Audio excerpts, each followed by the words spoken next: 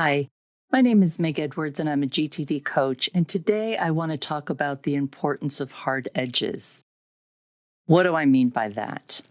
Well, in the 2015 edition of the Getting Things Done book, there are two incredibly important pages on page 142 and 143 that is in the chapter on organization, which is chapter 7. That chapter is 50 pages long, and I'm going to be unpacking wonderful gems on organization through this series. But today I wanted to focus on these two pages.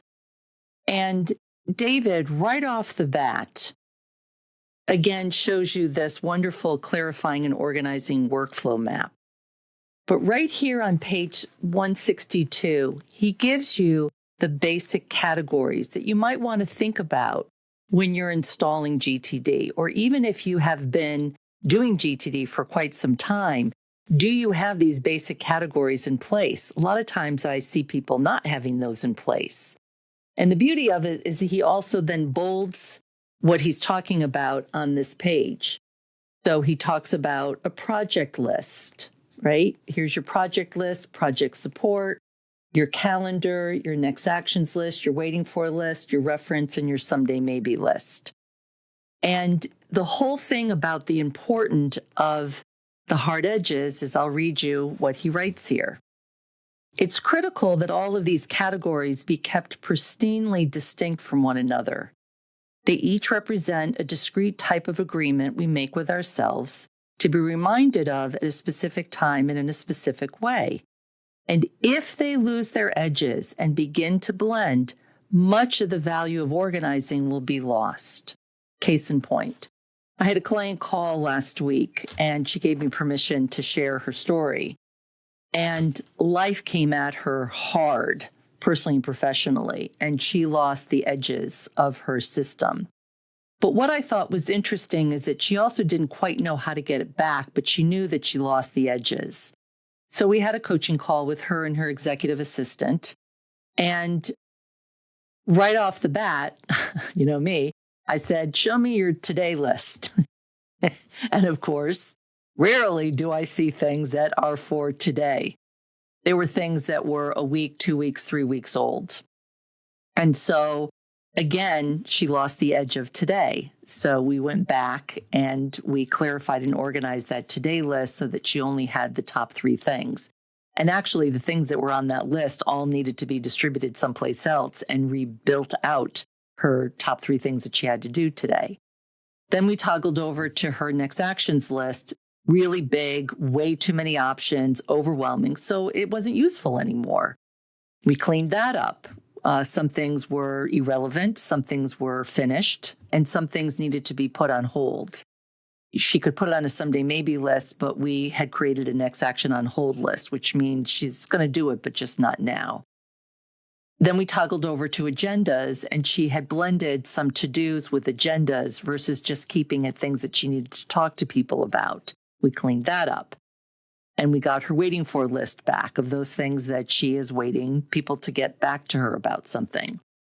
And that took us about 50 minutes. Now, again, this ties into the wonderful weekly review, right? Because in one way, what we did was we did the get current part of the weekly review, which is to clean up your actions list and your waiting for list, etc. But what I think also happened was she didn't really have the clean edges to begin with. Now, we had been coaching. This wasn't our first call. And I think sometimes what happens is it takes some time to really get the clean edges in place and fully set up so that when you lose the edges, you know how to get them back, right? Just like that today. So I had a call with another client. This was actually our second call. And we took a look at his reference because he had some questions because it was overwhelming for him. What he had done was he had blended project support and reference and archive all in the same place. And so we named it, oh, this is project support. Oh, this is reference. Oh, this is archive. Well, what's the difference between reference and archive? Archive is just deep reference, and everybody kind of makes that decision about, well, what's your current reference and what can just be archived, meaning it can go someplace else. And when we did that and we cleaned it up, all of a sudden he had clarity. All of a sudden he wasn't overwhelmed, because it's not about volume. You go into a library and there's hundreds and thousands of books, and you're not overwhelmed per se because they're organized. And so one of the first things I do when I'm coaching people is I look at, do they have the edges? If not, how do I get the edges? How do I name it? Oh, this is today, this is next action, this is waiting for, this is an agenda, this is project support, this is reference, this is someday maybe.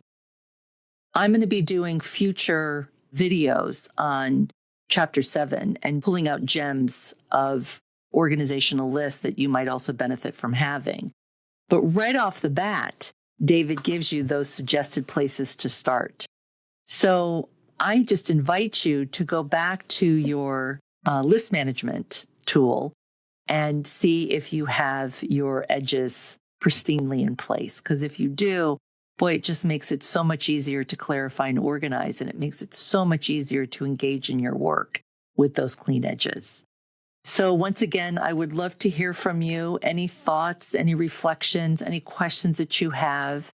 And thank you again so much for participating in the series of celebrating the Getting Things Done book turning 25 this year. Thank you.